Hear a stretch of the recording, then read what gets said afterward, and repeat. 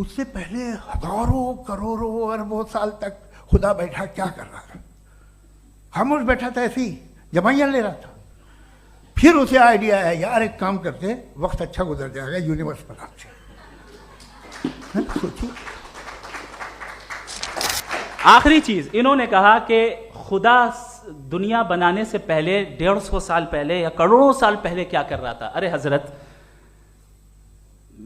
چلیں، بہرحال میں جواب دے دیتا ہوں، آپ ہمارے ریسپیکٹڈ پرسنالٹی ہیں، اگر آپ نہیں ہوتے تو میں ایسے انٹرٹین ہی نہیں کرتا.